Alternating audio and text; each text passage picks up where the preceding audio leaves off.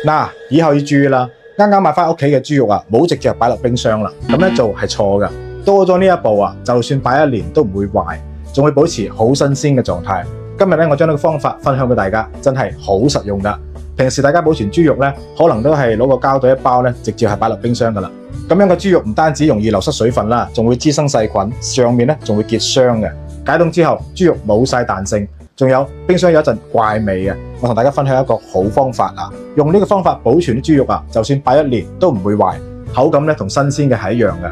唔想之後咧揾唔翻呢條視頻嘅，記得先點讚同埋收藏起嚟啊，仲可以轉發俾身邊中意美食嘅親朋好友。第一步，用高度嘅白酒塗抹喺豬肉上面，要塗抹均勻一啲啊，咁樣可以殺菌消毒。第二步，再抹一層食用油，咁樣可以鎖住啲水分，防止豬肉變腥變柴。第三步，用保鮮膜包好佢。如果打算放耐啲嘅話，再加一層保鮮袋啊，跟住咧就可以擺落冰箱度咧凍起嚟啦，1年都唔會變壞。有啲人話啊，食唔晒，點解要買咁多豬肉咧啊？咁豬肉咧係餐台上嘅常客，太常見啦。炒肉啊同埋煲湯啊都係少唔到噶。或者過年期間啊分豬肉啊，咁就食唔晒啦。記低佢係冇蝕底嘅，需要嘅收藏起嚟啦。另外咧，仲要話俾大家知個秘密喎，以後豬手買翻嚟好似我咁樣整，仲好食嘅紅燒同埋煲湯噶。做法真係好簡單啦，只要屋企咧有個電飯煲咧，全程都唔使加滴水噶啦，都可以整到呢個皮脆肉嫩、Q 彈好食嘅鹽焗豬手。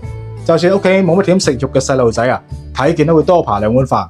埋嚟睇下我係點樣整嘅。首先咧，豬手我哋要首選呢種豬全體，肉咧相對多一啲，而且冇咩骨頭，口感會更加 Q 彈嘅。跟住咧，將呢個豬手先飛下水，喺飛水嘅部分啊，99%人都搞錯噶啦。點解咧？因為咧豬手飛水之前係要洗一洗嘅，咁樣先可以洗得大部分嘅豬騷味。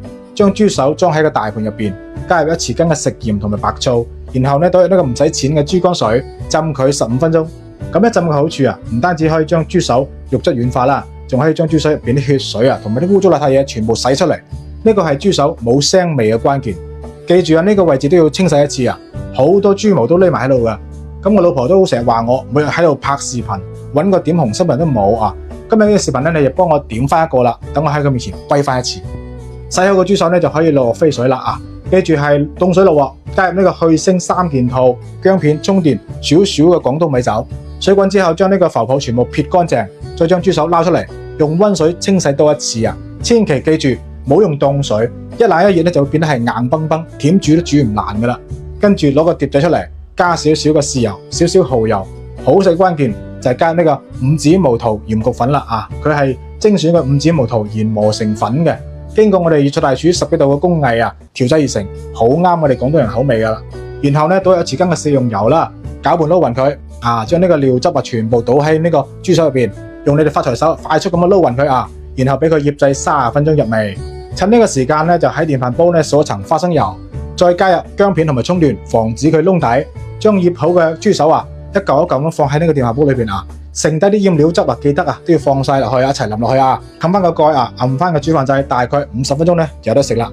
時間一到，打開個蓋啊，成間屋啊都係香味啊！